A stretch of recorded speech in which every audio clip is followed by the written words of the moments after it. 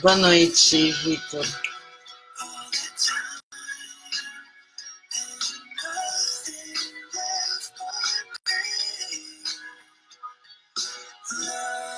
Chegou o Setembro Amarelo, nosso evento aqui na rádio.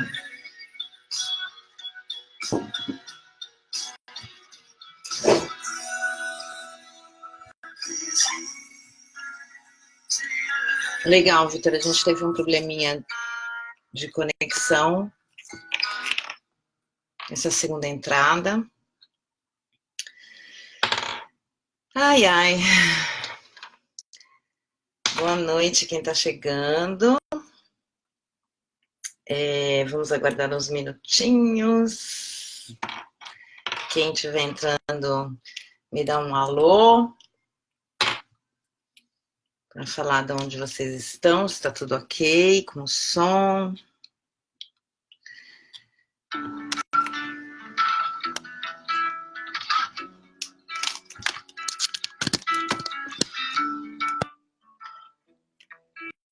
Normalizou. Eu acho que sim, né, Vitor?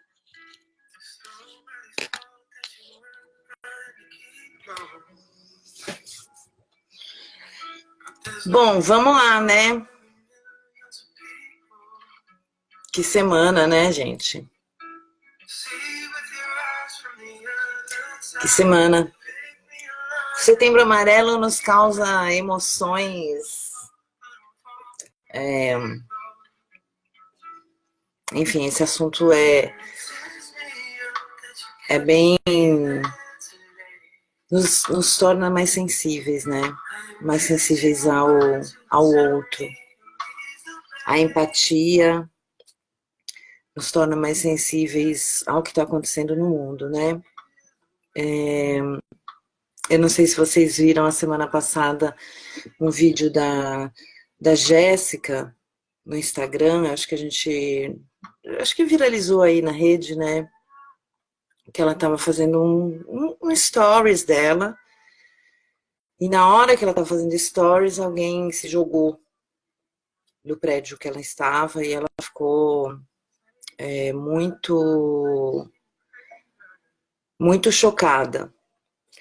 E esse é um tema que a gente busca entender, a gente busca respostas, a gente busca, principalmente quem fica, né?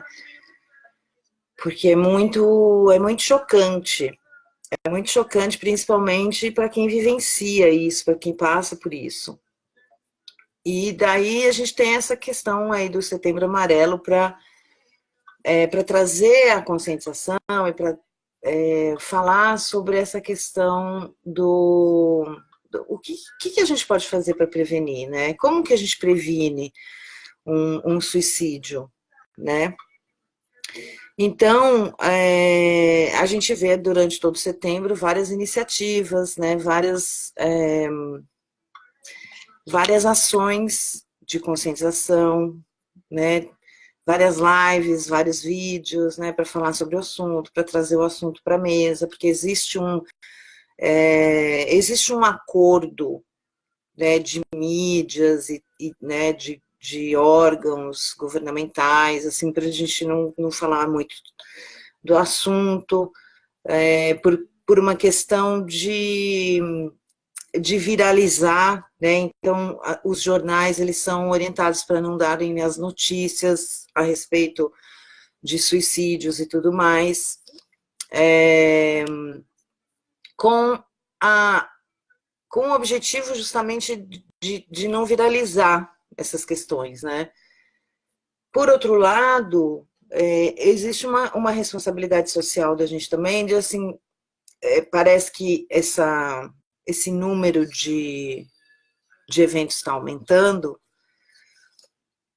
e daí, né, o que a gente faz com tudo isso, né? Como é que a gente pode prevenir? Como é que a gente pode lidar com esse assunto sem que a gente torne isso sensacionalismo, né? Sem que a gente divulgue no sentido de sensacionalizar o assunto, mas ao mesmo tempo,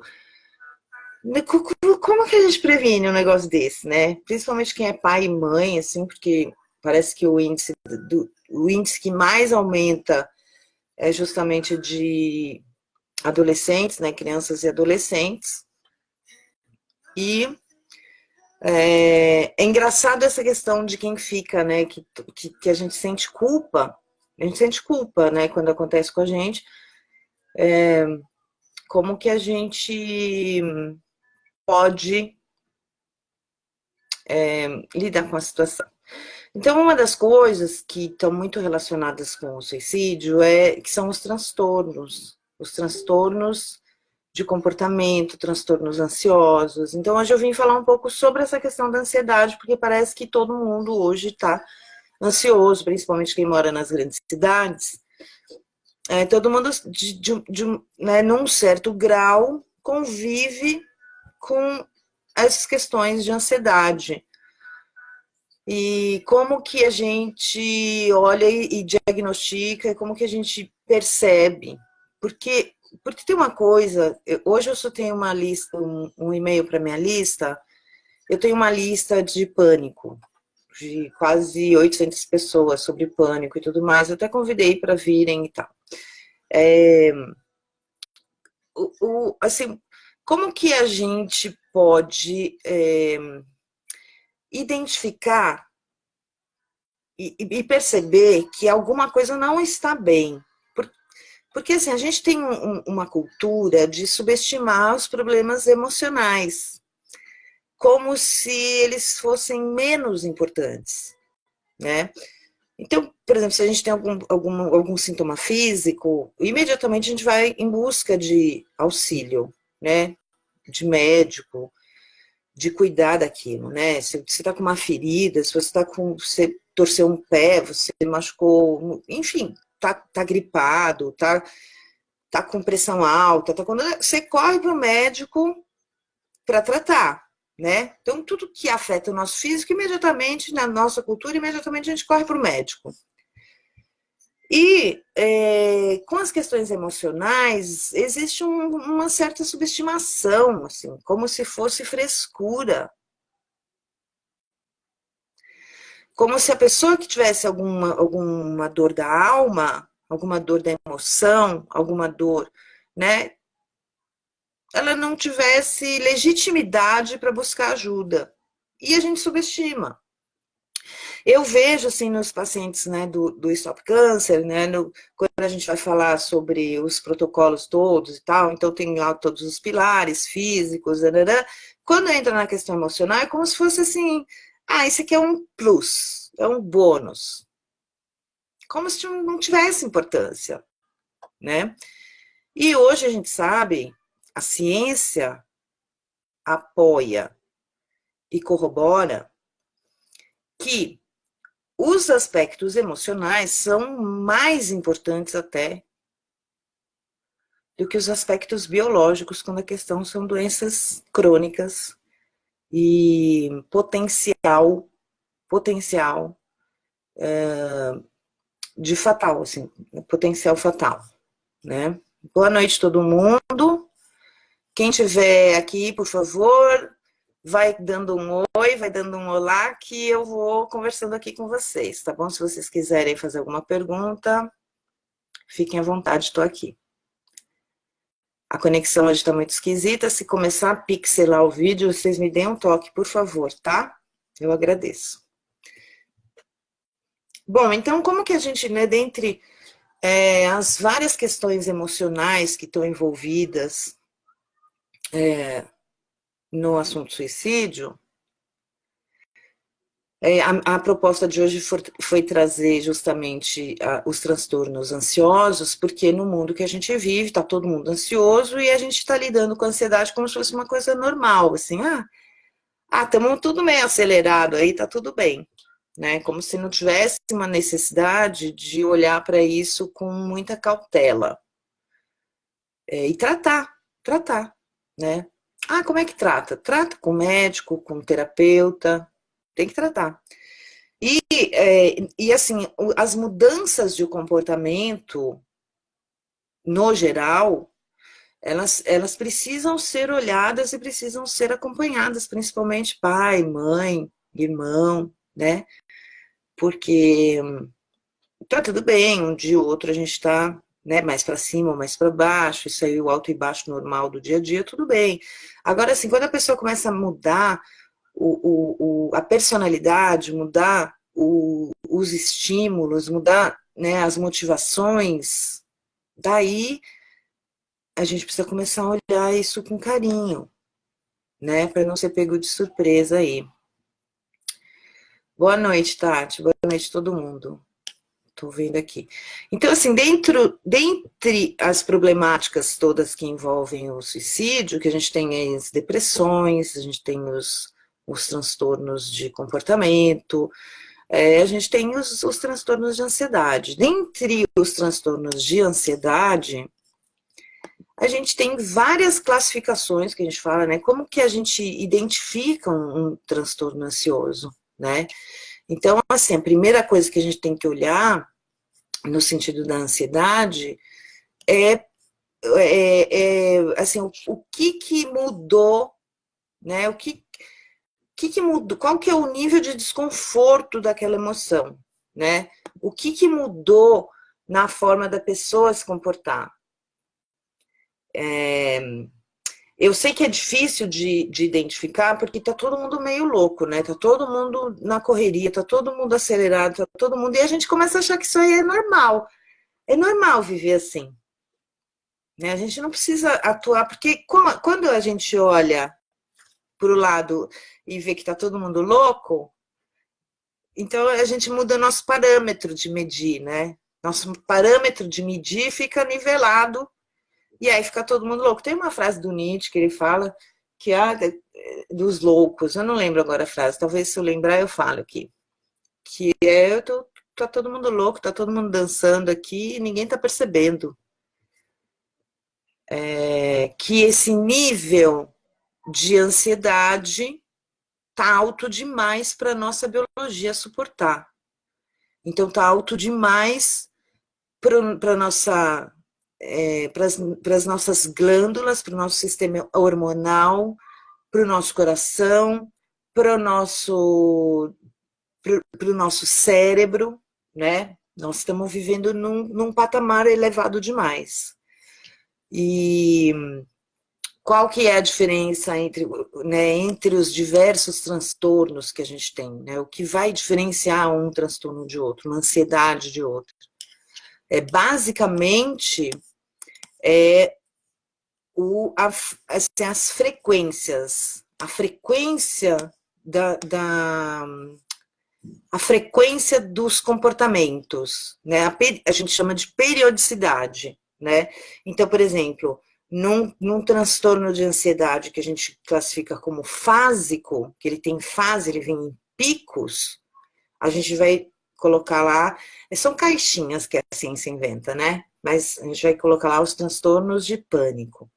Quando é uma ansiedade que é alta e constante, tá sempre alta, a gente chama esse transtorno de TAG, transtorno da ansiedade generalizada. Quando ela é situacional, é uma ansiedade específica, para uma situação específica, a gente chama isso de fobias.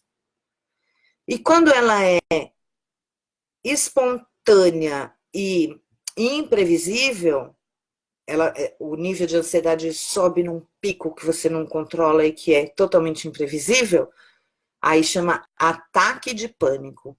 Porque existe uma diferença entre transtorno de pânico, que é uma ansiedade fásica, que sobe e desce, mas existe um ataque de pânico, que é quando ela é espontânea e imprevisível, né? Então, dentre esses transtornos todos de ansiedade, que no caso a gente, né, o transtorno de pânico, agorafobia, né? O transtorno de pânico ele pode vir com agorafobia ou não. Eu já vou explicar o que é agorafobia, né? O que é a diferença entre agorafobia e fobia social, né?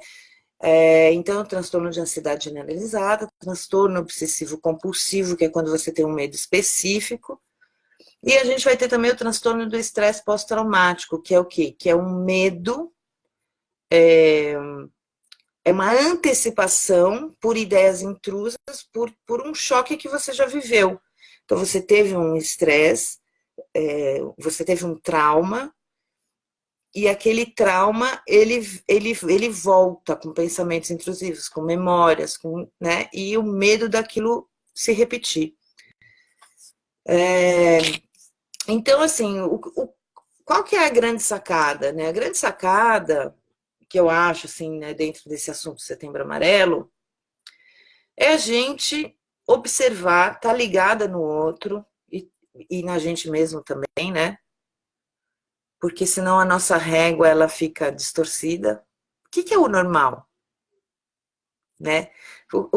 Qual que é esse nível normal de ansiedade, né? Então, para a gente aprender a lidar com essas questões emocionais de forma responsável. É uma cultura mesmo que a gente tem que trabalhar todos os dias, né? Da importância do psicólogo, do psicoterapeuta, do psicanalista, desses médicos da alma, né? Do cuidar da emoção. Levar isso a sério. Por quê? Porque uma emoção descontrolada pode levar a um suicídio. Assim como pode levar a um câncer, pode levar a uma fibromialgia, uma doença crônica, uma vida miserável, uma vida muito triste, muito solitária, muito, enfim, tudo isso aí que a gente sabe. Então, é importante a gente aprender a lidar com o nosso mundo emocional, né? E falar e levar isso muito a sério, né? Então, quando a gente fala assim, a gente fala socialmente assim, eu tô ansiosa, eu tô ansiosa. Mas como se aquilo não fosse assim, um início de um quadro assim, importantíssimo de ser levado em conta, né? Importantíssimo você olhar e saber que o teu parceiro não tá bem, né? Que assim, opa, peraí, a pessoa tá sempre acelerada, a pessoa tá sempre mal-humorada, a pessoa tá sempre desmotivada, a pessoa tá esquisito isso daqui. Né? E aí, o que a gente pode fazer? A gente, né, parceiro, a gente, família, a gente amigo, é orientar e procurar um serviço, procurar uma ajuda. Pegar, às vezes, a pessoa, dependendo do grau de ansiedade que ela tá, assim, a sociedade é tão louca que, assim, se você estiver produzindo, você está indo no serviço, você está indo na escola, você está fazendo o que você tem que fazer, não importa se você esteja arrebentado, se você estiver produzindo, está tudo bem. E, infelizmente, as pessoas vão procurar ajuda quando elas já estão num grau de de muito sofrimento mesmo, né? Seja uma fadiga adrenal, seja uma síndrome de burnout, seja um ataque de pânico, ou seja uma depressão. Mas todos esses transtornos que paralisam, essas doenças emocionais que colocam a pessoa, que tiram a pessoa da normalidade, da produtividade, da vida normal dela, eles começam com um transtorno ansioso.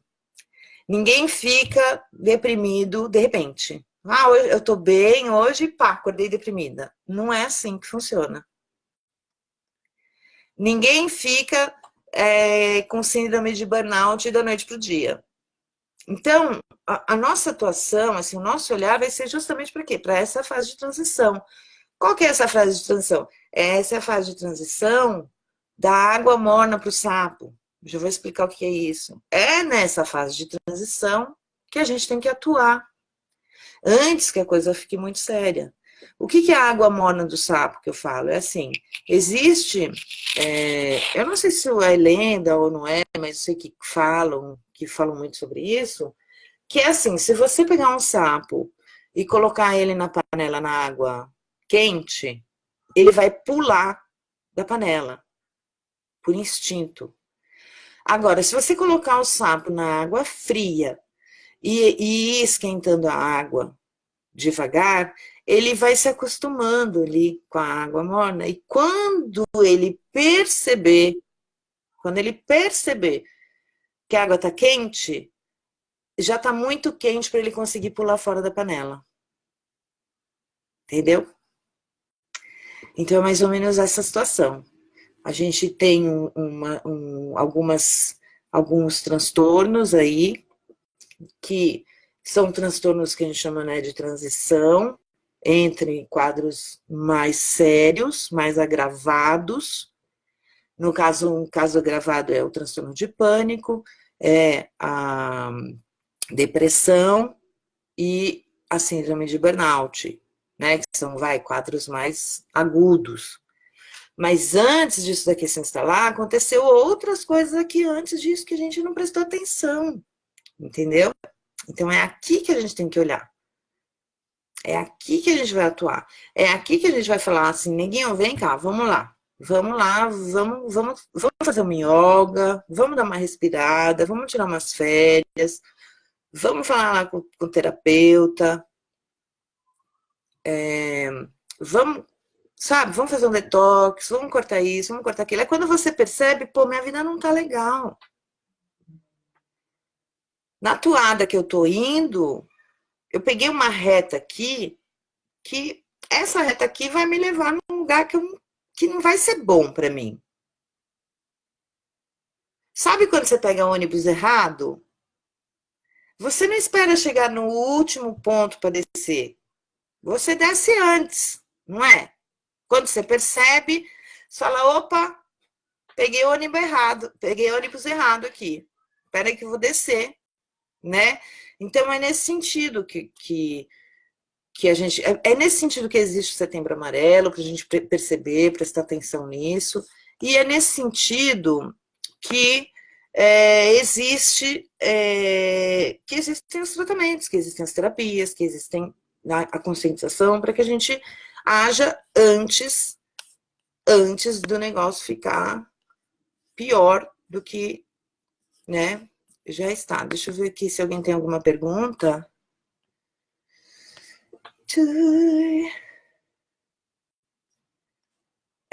Eu quero saber se tem algum ansioso aqui na sala hoje.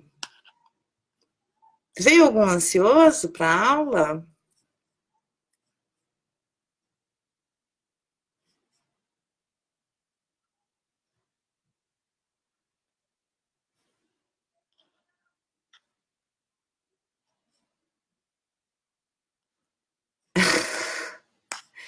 Cadê? Tá todo mundo quietinho aqui. Eu queria fazer uma live mais interativa aqui com vocês. Queria conversar também, né? Senão eu fico aqui só falando, parece um papagaio no puleiro. Sabe, papagaio no puleiro, ficar falando, falando, falando, falando. E live é justamente pra gente trocar ideia aqui, ó. Olha lá, Priscila ansiosa. É. Dessa sala aqui, que eu conheço, olha lá, Denise Moretti falando, quero me livrar do ansiolítico e da paroxetina. Então, Denise, legal que você falou sobre isso, né? O medicamento. Os medicamentos, eles são importantes numa fase que a gente ainda, né, numa fase que a gente precisa desse, eu não vou chamar de muleta, desse complemento, né? Assim que a gente recebe um diagnóstico, assim que a gente, né, tá lá no sufoco, tá desesperado, tá mal, a gente vai lá e toma remédio. Agora, o que a gente não pode é olhar para esse remédio como o tratamento, entendeu? Por quê?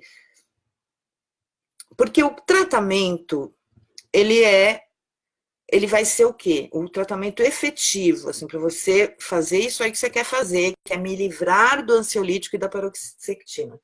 Então, para você fazer isso, você vai ter que fazer uma mudança no seu estilo de vida, uma mudança na forma como você vê o mundo, de como você vê a sua vida, como que você organiza a sua vida. E aí você vai, por exemplo, com a psicoterapia, né? Principalmente o TCC, né? Terapia cognitivo-comportamental, que ela dá muitas ferramentas práticas, as terapias breves, né? Que são terapias que vão atuar naquele ponto focal ali, que vão te ajudar a organizar a sua vida, que vão te ajudar a olhar o que está te levando a esses quadros e como que você vai, como é que você vai organizar isso. Daí sim, daí você colocando essas mudanças em prática, você se autoconhecendo, você se autorregulando, você vai conseguir se livrar dos remédios, né? Se livrar dos remédios, mas antes disso você precisa colocar, fazer as transformações que precisam ser feitas na sua vida, tá? Por exemplo, eu tive TEPT. Eu não sei se vocês sabem, talvez você saiba, talvez não, mas eu sofri um assalto, que eu levei um tiro no peito, alguns anos atrás, e eu fiquei, durante 6 meses, eu fiquei tendo TEPT, né, transtorno do estresse pós-traumático. Como que era essa TEPT para mim? Eu sonhava todas as noites com assalto, com violência. Eu saía na rua, quando eu via um motoqueiro, porque o assalto veio a moto do lado do meu carro. Então, quando eu via moto, eu ficava com raiva, olha que louco. Na verdade, não era raiva, era medo. Olha como lá dentro do nosso cérebro as coisas se confundem, né? Eu ficava com raiva, assim, raiva de bicho, que eu queria atacar o motoqueiro. Porque não é que eu reagi, mas foi um bang bang meu assalto. Né? Enfim. Então, na verdade, não era. Olha como é o cérebro, né? Eu olhava motoqueiro na rua, eu sentia raiva, mas na verdade eu estava morrendo de medo, medo. Eu tinha medo de sair na rua. E aí eu fiquei assim uns 6 meses, sabe? Aí eu comecei a perceber que eu já não saio mais tanto de casa, que eu já evitava sair à noite, que era uma coisa que eu sempre fazia curso, ia para lá e para cá e tal, já não estava fazendo. Aí eu falei, ei, peraí, olha eu me adaptando a uma situação que não está resolvida aqui dentro, não está elaborada aqui dentro, então eu já estou adaptando a minha vida a isso. Daí eu fui buscar tratamento. Aí me deram o remédio e, junto com isso, as terapias. Eu não me dei muito bem com o remédio, mas eu tomei lá meus 3, 4 meses que eu tomei remédio. Enquanto isso, na terapia, ó, capinando lá para eu entender, aprender a organizar isso dentro de mim, entendeu? Então, por isso que é muito importante. Entendeu? Fez sentido para você, Denise, essa questão de querer tirar o ansiolítico e a paroxetina? Outra coisa legal, gente, é exercício físico. Por quê? Porque a gente produz endorfinas naturais e porque a gente oxigena os tecidos e porque a gente dá uma baixada nos nossos hormônios do estresse, tá? Atividade física é muito importante. Boa noite, estou adorando, obrigada. Tive crise, que tive muita dor no peito, também tomo ansiolítico. Então, uma das características do transtorno de pânico, das crises de ataque de pânico, ou transtorno de ansiedade, é a, os sintomas, eles são muito parecidos com ataque cardíaco. Então, dá falta de ar, dá aquela dispneia, dá dor no peito, aperto no peito, aí aumenta a pressão, porque o medo vai aumentar a pressão, né? Então, dá boca seca, dá garganta seca, dá medo que vai desmaiar, e tudo isso. Então, o quadro é muito parecido, né, o quadro do pânico com o quadro do ataque cardíaco, né? Ou do AVC, né? Tem gente que é tão louco que até, dependendo do grau de ansiedade, até enrola a língua. A pessoa acha que mesmo que está tendo AVC, chega lá no hospital não é nada. Quer dizer, não é que não é nada, né, gente?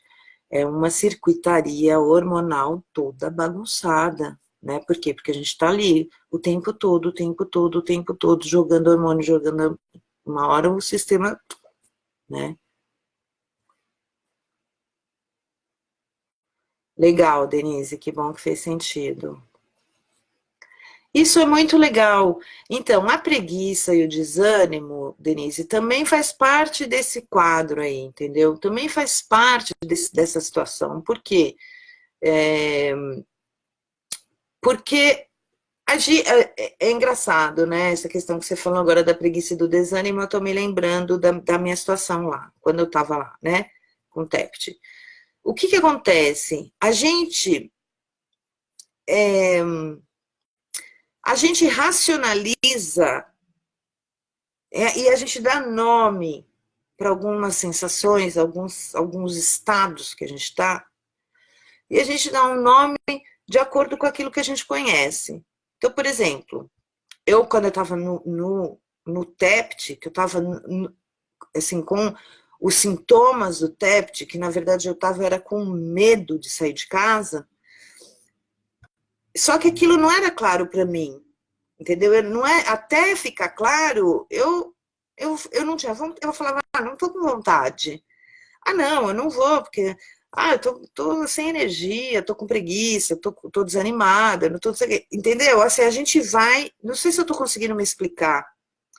A gente vai criando, racionalizando, porque tudo a gente quer entender, né? A gente quer entender o que está acontecendo. Então a gente racionaliza e coloca um nome para aquilo. Só que aí, quando a gente vai para a terapia, e o psicólogo, o psicoterapeuta, o psicanalista, ele tem as técnicas para entender o nosso inconsciente, porque o nosso inconsciente é inconsciente para a gente não sabe o que o nosso inconsciente está querendo dizer. Então, o psicólogo, o terapeuta, ele consegue perceber sinais e entender esse inconsciente, o que está acontecendo de verdade. Porque a nossa cabeça ela vai contar uma história que para a gente faça sentido, para que a gente relaxe e fale assim, então acabou, então eu tenho isso daqui por causa disso, disso, disso, acabou. Eu quero fazer yoga, mas eu não vou porque eu estou com preguiça e estou desanimada. Tá, aí quando você leva esse conteúdo lá para o psicólogo, o terapeuta, o psicanalista, ele vai começar a puxar uns fiozinhos. Tá desanimada? Nem fala desse desânimo. Como que é esse desânimo? É essa preguiça. E aí ele vai puxando, ele vai cutucando, ele vai, né? A gente tem técnica para isso. E aí daqui a pouco vai, pá, vem aquilo que você nem sabia, que você nem imaginava, que é o nosso inconsciente. Que a gente não é capaz de. A gente precisa do outro para ver o nosso inconsciente. Eu tinha um professor, o Dr. Gaiarsa, que ele falava, né? O nosso inconsciente, ele mora aqui, ó, no meio da testa. Todo mundo vê, menos você. O que significa que a gente precisa do outro para se conhecer, para conhecer o nosso inconsciente, entendeu? Então, quanto mais a gente olhar para isso sem subestimar, como eu falei no começo da live, né? Quem não entrou no começo, depois dá uma voltada. Quanto mais a gente olhar para isso dando a devida importância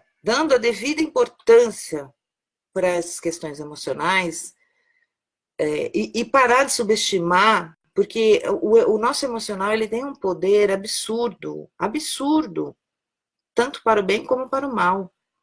Então, quanto mais a gente puder aprender sobre as nossas emoções, melhor vai ser para a gente. E para quem está ao nosso redor, né? Porque a gente fica. A gente parece que é pego de surpresa quando acontece alguma coisa, né? Quando acontece alguma coisa mais grave. Tipo assim, a pessoa, sei lá, cometeu um ato contra si, né? Tentou o suicídio. A gente fica totalmente em choque. Mas é como eu falei, a gente não.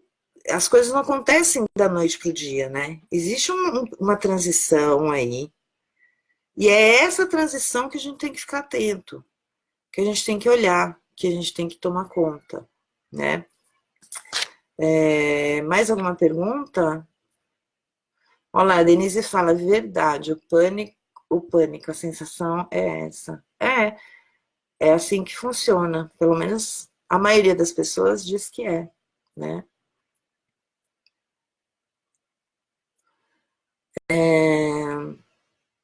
A Denise fala, desde 99 agora tenho crise de abstinência. Então, tirar os remédios,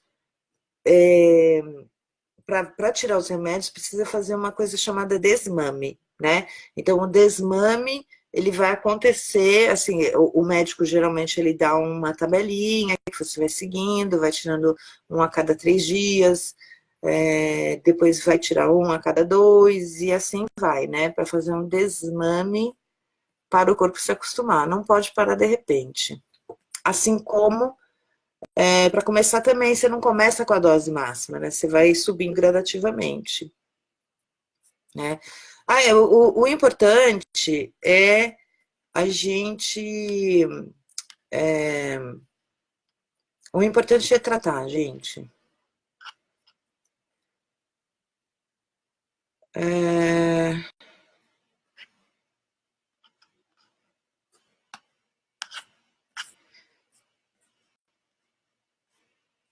Edilene, boa noite, acabou de chegar. Depois você volta e assiste, tá bom? Então, assim, dentre alguém quer fazer mais alguma pergunta com relação ao transtorno ansioso? Todo mundo aqui tá zen já? Tá todo mundo fazendo yoga, todo mundo fazendo respiração profunda.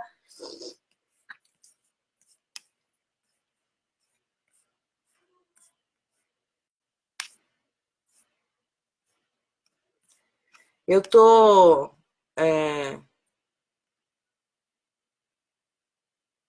tinha programado para dar uma aula muito técnica, falar de transtornos, né? Falar dessas questões aí.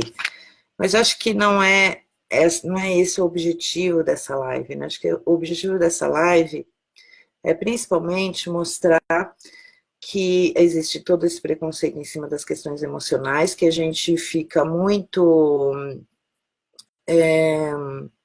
A gente deixa o negócio ficar muito grave para dar a devida importância. E,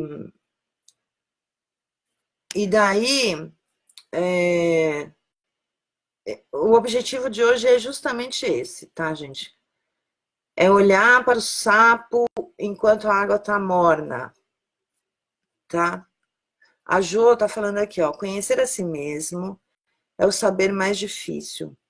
Relacionamento complicado da gente conosco mesmo. Vivemos tentando nos enganar. Exatamente, Jo. Porque existe essa cultura, né? A cultura da produtividade, a cultura do. Você pode estar estourado, mas se você está indo trabalhar, está batendo cartão, ou se você está indo na escola, está assinando a lista lá, tá tudo bem, né? As pessoas só vão olhar quando o incêndio começa. Só que tem várias faíscas aí que estão indicando que vai ter um incêndio, né? Só que a gente não sabe reconhecer, por isso que a gente está aqui. Esse é o objetivo da minha live, é assim, ó. Olhem para as faíscas, tá? Porque a faísca vai virar um incêndio. Vai virar um incêndio. Se a faísca não for administrada, vai virar um incêndio. A Tati diz, eu tive uma crise muito forte, fui parar no hospital. Eu acredito. Eu acredito porque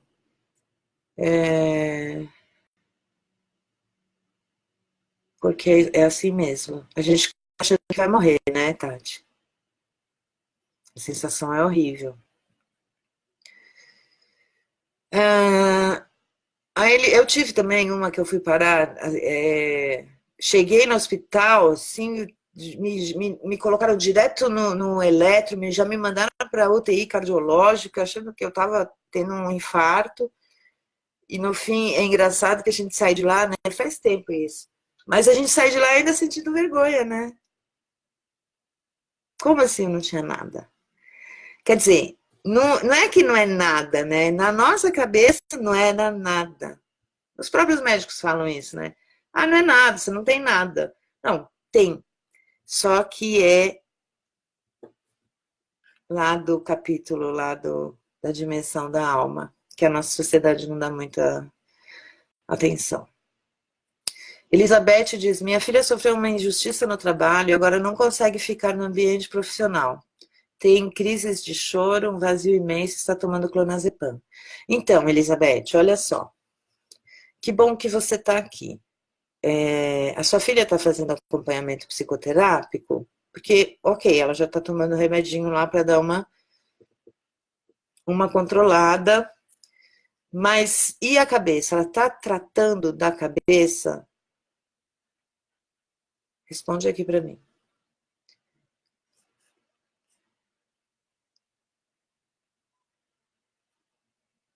Ó, a Ana Paula diz, eu sou muito ansiosa, mesmo sem querer já acordo ansiosa. Então, mesmo sem querer, por quê? Porque a ansiedade, ela é assim, primeiro que assim, por que a gente é ansioso, né? Porque tem algumas coisas que a gente pode fazer para diminuir a ansiedade, né? Primeiro como que é a organização do nosso tempo, como que a gente organiza o nosso tempo. Porque assim, então eu vou falar de duas coisas. Primeiro, como que a gente organiza o tempo, e segundo, como é que a gente qual que é o nosso nível de paz com a realidade, assim, né? Porque assim, o que a gente projeta de futuro, o que a gente antecipa de futuro, ou de desejo de futuro, que está muito longe, está muito descolado da nossa realidade, né? Porque às vezes a gente quer uma coisa que para você chegar lá naquele patamar, daquilo que você quer, você tem um caminho que você precisa trilhar até chegar lá, né? E muitas vezes você quer uma coisa que está lá em cima, num patamar, que está longe daqui, da tua realidade aqui agora, e daí você já quer para ontem aquilo, né? Você não tem a noção de que existe um processo para você chegar lá, existe um trilhar esse caminho, né? E isso é um pouco de imaturidade nossa, porque, né? Mas eu queria, porque eu já tinha que ter, eu já tinha que estar lá, eu já tinha que ir. Isso é imaturidade, isso aí é nosso ego, a nossa cabeça louca, que fica cobrando, que fica querendo coisas que a gente não tem condição de ter agora, né? E outra coisa, assim, como é que você organiza o seu tempo para você não ficar ansioso? A gente tem uma ferramenta chamada tríade do tempo, onde a gente divide as coisas todas que a gente tem para fazer entre o que é importante, o que é urgente e o que é circunstancial. Aquilo que é circunstancial, a gente não tem nenhum poder sobre aquilo, né? São coisas que acontecem que a gente não domina, que a gente não tem como controlar. São circunstâncias que acontecem. Por exemplo, uma coisa circunstancial, você foi no supermercado, quando você voltou, o pneu estava furado. Você tem que trocar o pneu. Não é culpa de ninguém, aconteceu, tá furado. Tá. Passou em cima de um prego, furou. Ué, então, a gente sempre tem que ter lugarzinhos na agenda para coisas circunstanciais acontecerem, né? Para quê? Para que a gente não desespere. Outra coisa são as questões importantes. Tudo que é importante que a gente não faz vai se tornar uma urgência. O que tem acontecido muito, assim, que as pessoas estão sempre fazendo coisas que são urgentes. As pessoas estão sempre correndo e estão sempre apagando incêndio. E isso é fruto de uma desorganização de tempo. Por quê? Porque quando a gente organiza e faz o que é importante, porque o ideal, quando a gente começa a trabalhar um paciente para ele aprender a organizar o tempo dele, qual que é a ideia? A ideia é diminuir as urgências e aumentar a produtividade dele no que é importante, né? E deixar as urgências para 20% do tempo dele. Quando a gente pega hoje um paciente, 80% do tempo dele é gasto com urgências, né? E aí, como ele está sempre fazendo coisa, está sempre correndo atrás das urgências e das circunstâncias, e ele se perde nessas duas questões, as coisas importantes se acumulam para o outro dia, e aquilo vira uma urgência, e aí é uma loucura. Então, assim, um saber administrar o seu tempo.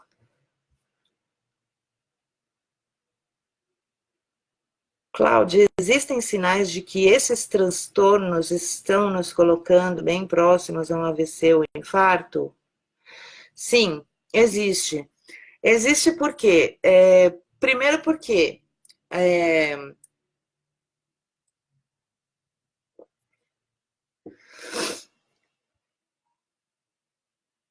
tá, já vou responder.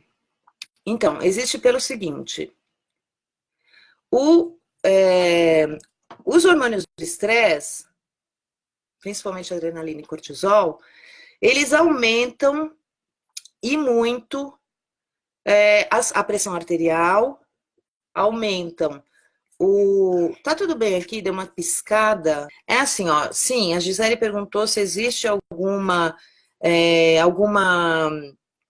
evidência de que a ansiedade está causando AVCs e problemas cardíacos. Sim, existe pelo seguinte, porque esses níveis hormonais, esses níveis de hormônios de estresse, eles prejudicam tanto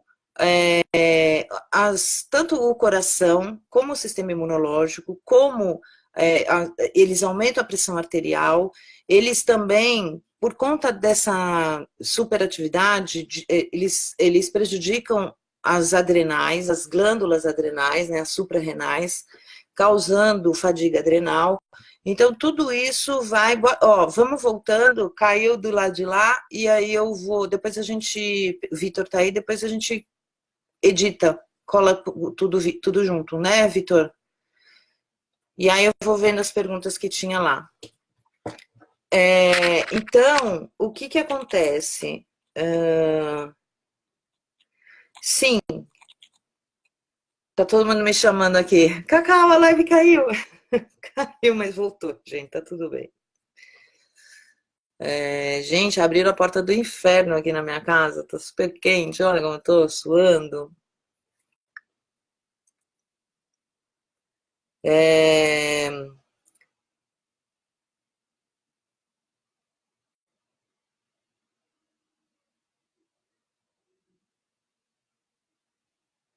Olá, a Elizabeth está falando, não, ela está sem direcionamento, só toma um remédio. Então, a Elizabeth voltou, ela está por aqui, será?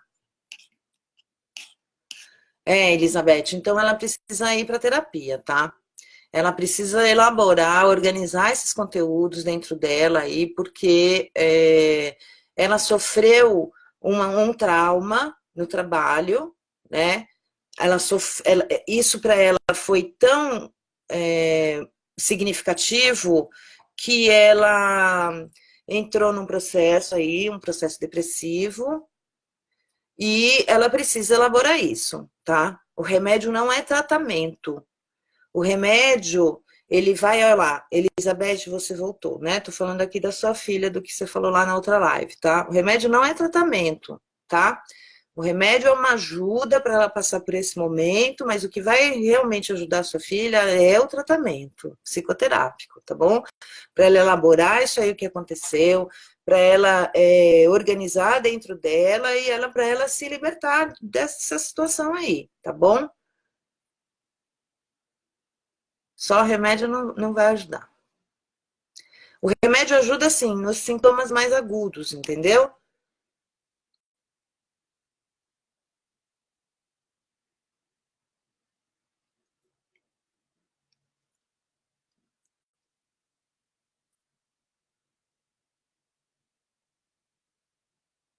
Quem mais? Quer perguntar alguma coisa? Quem que falou isso? Estava pensando em quantas vezes me cozinhei. Da história do sapo, né? A Ana Paula falando, eu sou muito ansiosa, mesmo sem querer, já acordo ansiosa. Eu já respondi lá, né? Respondi não, eu comentei sobre isso.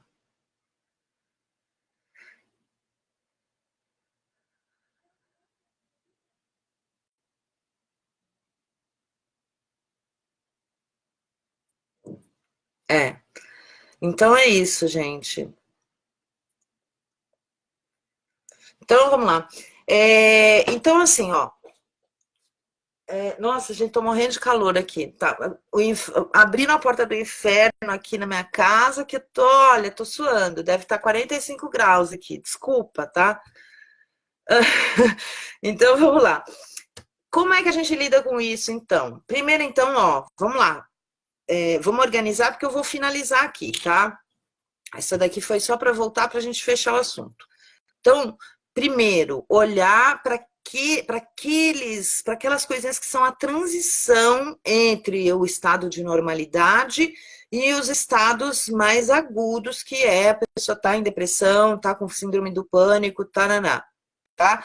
Porque aqui nesse entremeio, entre a pessoa que está normal e a pessoa que está bem doente, existem já sinais, existem aquilo que eu chamo de faíscas que vão provocar incêndios.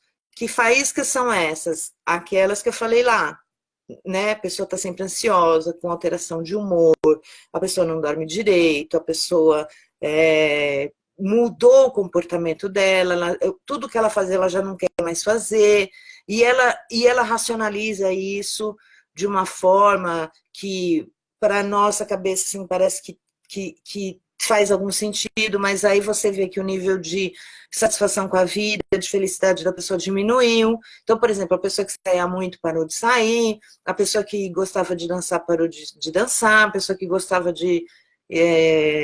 entendeu? Essas alterações de comportamento, onde, num primeiro momento, está tudo bem, mas só que ela mudou. Como a Denise falou lá na outra live. Tá animada, tá desanimada, tá sem energia. Não, peraí.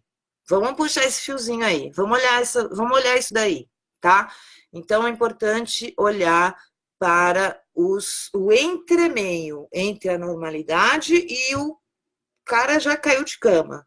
Ninguém acorda, tá super bem, feliz, no outro dia não sai mais da cama, a não ser num caso específico de um trauma, de alguma coisa assim, que é o, né, que eu coloquei lá. Ok. Como é que a gente lida, então, com toda essa ansiedade que está fazendo mal, que nós somos a sociedade do estresse, né? Tá todo mundo estressado. E isso não é bom. A gente subestima demais, a gente subestima o estresse, a gente subestima as questões emocionais. Também falei no começo da outra live, quem não viu, vai lá, assiste, onde eu estou falando um pouco sobre essa questão de que nós subestimamos as nossas dores da alma, as nossas emoções, como se elas não fossem importantes, como se elas fossem frescura. Vou bater nessa tecla sempre, porque é importante. Porque, por exemplo, quando a gente tem um machucadinho no corpo físico, a gente corre para o médico. E se a gente tem um problema emocional, um problema de sentimento, um problema de alma, de desânimo, de tristeza, de melancolia, né, a gente acha que é frescura, né? A gente só vai olhar quando a pessoa caiu doente. Então, isso tudo faz parte da prevenção, tá? Começar a olhar para isso com responsabilidade, com seriedade, dando importância para todas essas questões. Terceiro, essa questão de eu já acordo ansiosa. Então, precisa ver por quê. Por que você está tão ansiosa, tá? Geralmente, a ansiedade, a pessoa muito ansiosa, ela tem um problema com aceitar a realidade, com aceitação de realidade, né? Ou porque ela quer uma coisa que ainda ela não está pronta, ou porque ela não aceita algo que está acontecendo na vida dela, ela não aceita aquilo. Então, tudo bem, a gente tem o direito de não gostar da situação, de querer mudar a situação, de querer mexer para melhorar, melhoria contínua, resultado, tudo isso faz parte, porém, a gente não pode se estrupiar, nem se matar por causa disso, né? O objetivo é para ser uma coisa alcançável, não é para se esfolar no meio do caminho, tá? E aí, quando você olha para uma pessoa que está sempre ansiosa, você vai olhar o quê? Você vai olhar primeiro o estilo de vida dela, o que ela está comendo e quanto que ela está dormindo, que horas que ela dorme, que horas que ela acorda, se ela faz atividade física, aquelas coisas básicas de hábitos saudáveis, né? Se ela faz tudo isso e ainda assim ela está ansiosa, aí precisa realmente investigar mais fundo E precisa também da pessoa ter vontade de querer desacelerar. Como que desacelera, Cacau? Meditação. É muito importante a meditação como prática, pelo menos 3 vezes ao dia, pelo menos 5 minutinhos. Não é meditação com música, é meditação sem nada, meditação no silêncio, silêncio interior, porque é essa meditação do silêncio que vai fazer neurogênese, novos caminhos neurais, neuroplasticidade. Então, a meditação ela é um aspecto muito importante para abaixar os níveis de estresse, abaixar os níveis dos hormônios de estresse.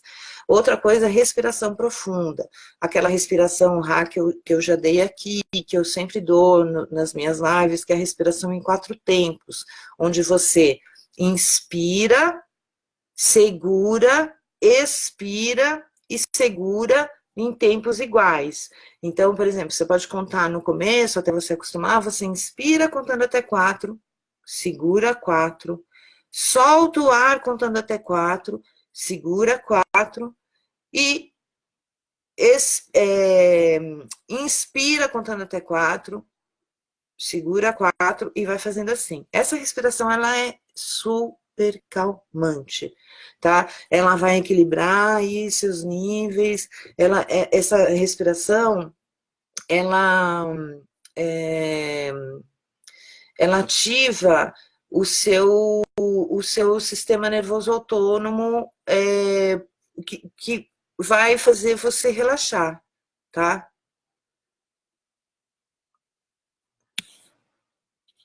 Peraí. A Gisele está perguntando: existem exemplos hipotéticos de faíscas para nós atentarmos? Existe, Gis, que eu acabei de falar. Mudança de humor, mudança de comportamento.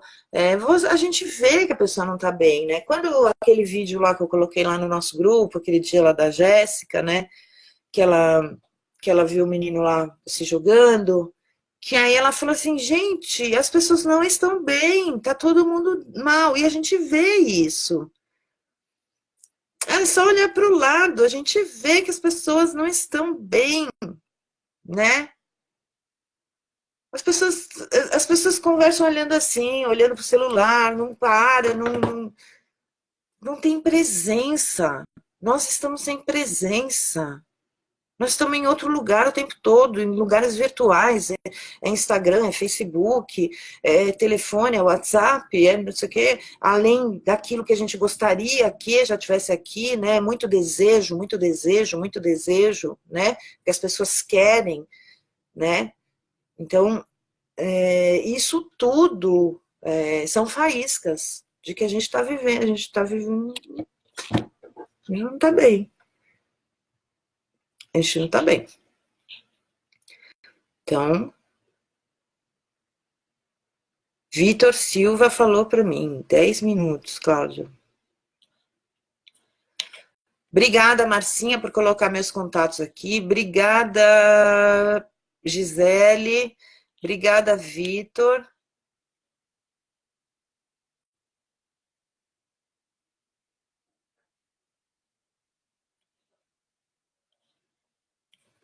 Alguém quer fazer mais alguma pergunta? Será que ficou alguma pergunta lá no outro?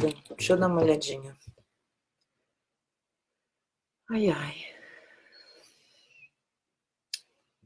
Que pena que caiu lá, né?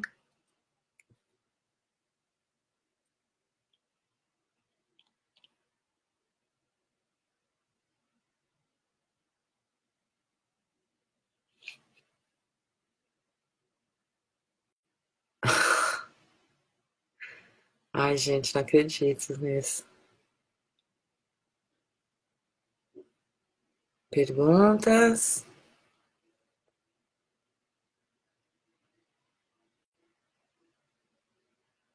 A Gisele está pedindo, pessoal, conte as suas experiências aí com ansiedade, com... Fala, gente, fala para mim. Eu quero saber. Conta mais.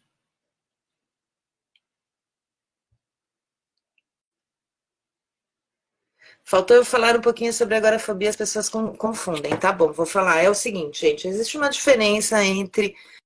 Quem quer saber se é da agorafobia, coloca eu aqui para mim. Que isso foi só para a Gisele e depois eu conto para ela. Quem quer saber a diferença entre agorafobia e fobia social? Ou se alguém sabe o que é agorafobia?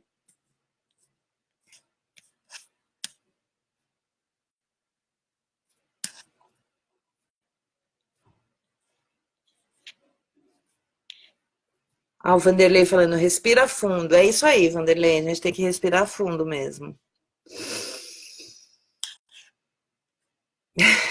Eu vim aqui falar a diferença entre agorafobia e fobia social. É o seguinte, agorafobia é o medo que a pessoa tem de perder o controle, tá? Então, assim, a pessoa, ela assim, o controle em público. Então, por exemplo, ela precisa saber onde é a saída, ela precisa, por exemplo, ela precisa sentar perto da porta. Então, por exemplo, uma pessoa que está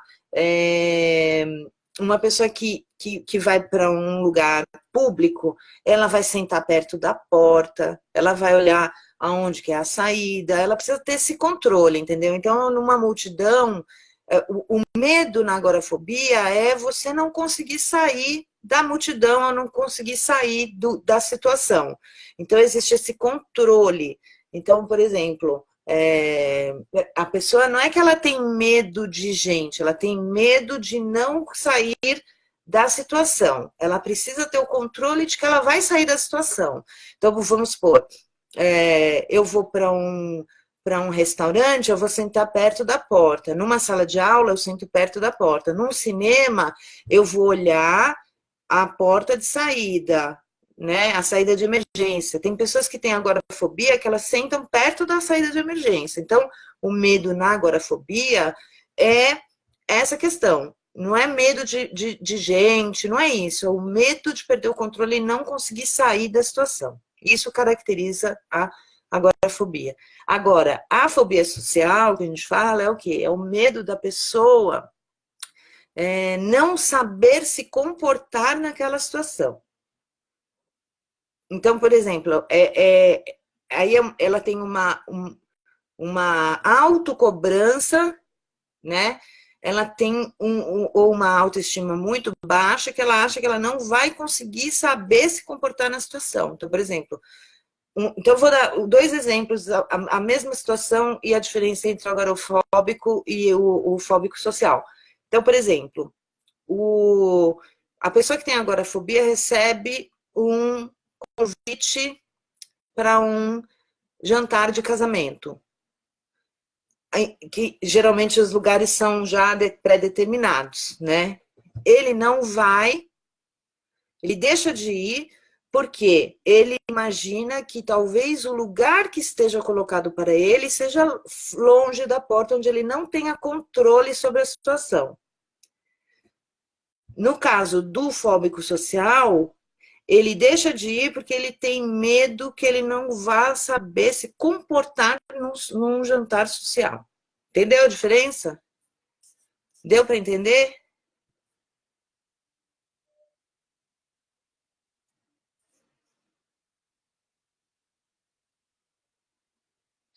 Olha lá, a Ana Paula diz, eu tenho medo de dormir em casa de praia e acontecer um tsunami, tenho pavor, até sonho com isso. Então, aí, assim, esse medo é um medo específico, né, que geralmente, assim, precisa ver, aí na terapia você vai explorar da onde que vem esse medo, como é que você vai tratar. Geralmente a gente usa uma técnica chamada exposição progressiva, que é nas fobias, né, que é você vai sendo exposto à situação que te causa medo, e nessa exposição a gente vai trabalhando para elaborar, né, novas sinapses, aí, novos entendimentos, novas sensações, para que você vá suplantando esse medo, né? Então, mas olha que interessante, né? e tentar saber de onde que vem, né? Mas esse é um processo terapêutico. Por exemplo, eu tenho uma história incrível para vocês. Uma história, assim, fantástica. Até meus 42 anos, eu nunca na minha vida entrei num avião. Eu tinha fobia de avião. Vocês acreditam? Nunca na minha vida. Minha família foi para a Europa, eu não fui. Minha família foi para Disney, eu não fui. Minha família pegava o avião e ia para a Argentina, eu não ia. Chegava às vezes, gente, eu ia até o aeroporto com a mala. Eu punha a mala no táxi e voltava para casa, porque eu tinha pânico de avião. Aí um dia eu fui fazer um trabalho chamado Transcendendo os Seus Limites, de um treinador aqui de São Paulo e tal. E daí eu saí desse trabalho, é um trabalho que a gente vira gaivota, né? Os gaivotas, não sei se alguém aqui conhece. Trabalho power, assim. Eu saí desse trabalho, fui para Boituva, para o Centro Nacional de Paraquedismo, entrei no avião e me joguei do avião. Acabou meu medo. Então foi um caso de exposição que não foi progressiva, né? Foi uma exposição bruta. Mas aí eu falei assim, ó, já que eu vou entrar no avião, eu não só vou entrar nessa porcaria desse avião, eu vou me jogar dele, eu nunca mais vou deixar de entrar em avião, entendeu? Porque eu já perdi tanta coisa por causa desse medo. E foi, não morri, quase não, né? A minha cara no dia tá cientológica, né? É histórica. Mas é isso, é exposição. Uma das técnicas, né? É exposição ao medo. Tá bom, gente? Hoje eu tomei vários tombos aqui. Exatamente 2 tombos, né? Do Facebook. Andressa, que acabou de entrar. Olá, a Jo tava falando assim: tenho pânico de dirigir. Não conta pra. Pô, Jo. Você tinha que ter colocado a frase primeiro, não conta pra ninguém. Então, Jo, é exposição progressiva o trabalho, né? Bom, você sabe, né, amiga? É fazer devagarzinho.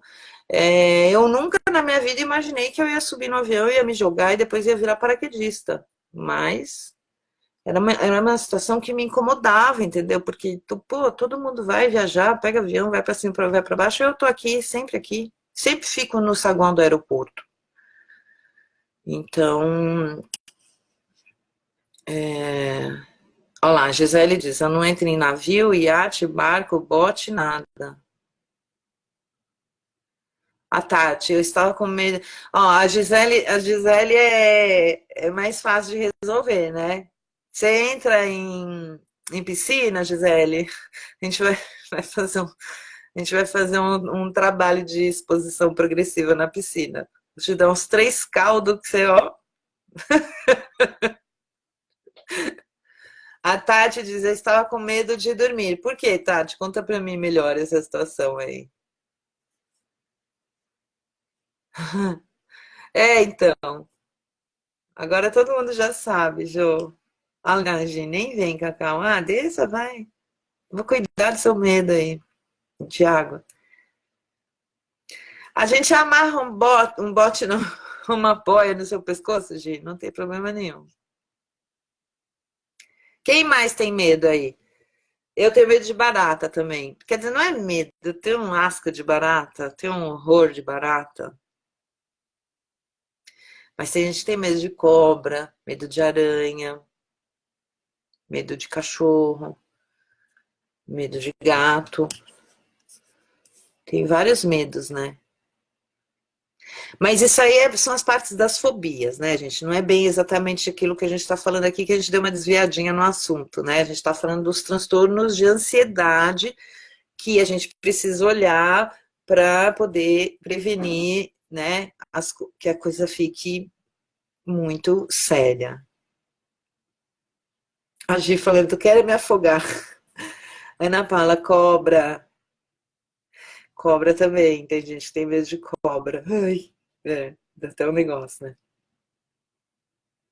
A Tati, então, minha ansiedade, eu estava com medo de dormir e não acordar, um medo estranho. Muita gente tem esse medo, né? Assim, o medo de morrer, né? O medo de morrer. É uma questão muito comum das pessoas que têm ansiedade e pânico, essas coisas, né? Porque é o medo, a morte do ego, a morte do, né? O medo de perder o controle, o medo de tudo isso, né? Faz parte dos dodóis da alma, assim, por isso que a gente precisa tratar, né? Por isso que terapia é tudo de bom, né, gente? Time out, tá bom. Conhece alguém que precise? Obrigada, Gi. Obrigada, gente. Toda coração, me dá coração, curte, compartilha e até quarta-feira. Beijão, tchau, tchau.